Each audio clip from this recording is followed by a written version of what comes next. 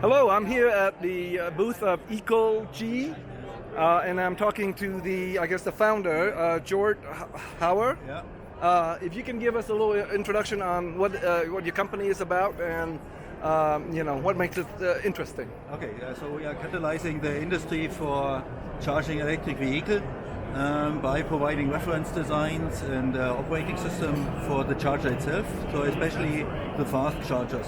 Yeah, so far you see a lot of companies doing level 1, level 2 charging.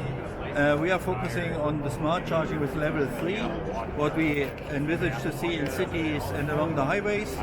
And here we see that the charging installations are lagging behind significantly to the EV adoption. And so our question was, how can we accelerate companies stepping into the market, professionalizing production, and supplying chargers into the market? So what is the difference in level 3 versus level 2 and 1? So level 1, level 2 is considered, depends on what you install in the vehicle and charging power. Level 3 takes basically a charge outside the vehicle and directly charging the battery.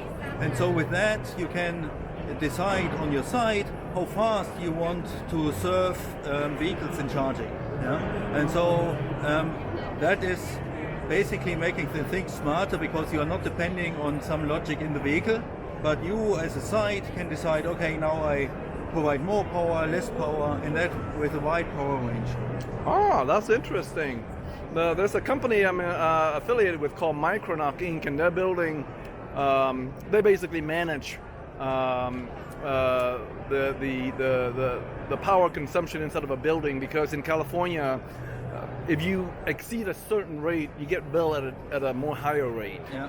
And so they manage that, and they're also adding in the battery charging station and things like that. Yeah, so and that's quite interesting, because what you see here also with the wallbox, we are providing also the so-called vehicle-to-grid technology. Yeah, vehicle-to-grid, so that's what they're doing. About charging into the vehicle, but especially for fleets, you can use them also to actually buffer energy.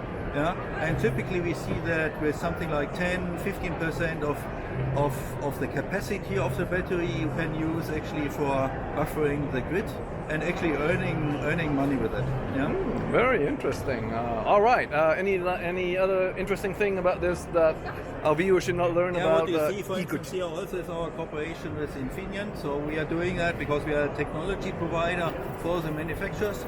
We are teaming up with a very wide ecosystem with more than 60 other companies. And so we do that, for instance, together with Infineon, provide reference design for these notion of chargers. So we are quick to get into the market because there are, already the building blocks available for your product to get to the market. So then what's your business model? Are you a licensing model because you provide a reference design, I guess? Yeah, well, actually what we are for is that the chargers are operated reliable in the market. And so what we give away for free is all the reference stuff, but what we keep up to date is the software which is running on the charger, so it's interoperable with all the vehicles out there, so that you have zero downtimes. It's really working in the field, and for that we are keeping the software on top updated, so there's a certain licensing behind that. So is that a corporate license, or is that like a user license? It's an update license, so that we keep the software update, so we are providing roughly every 2 to 3 months an update, so it's interoperable with all new vehicles coming to the market. Yeah. So your customer is not the consumer itself, right? No, our customer is those who are actually building the chargers. Ah, got it. Okay, great. All right, well, thank you so much and good luck. Yeah.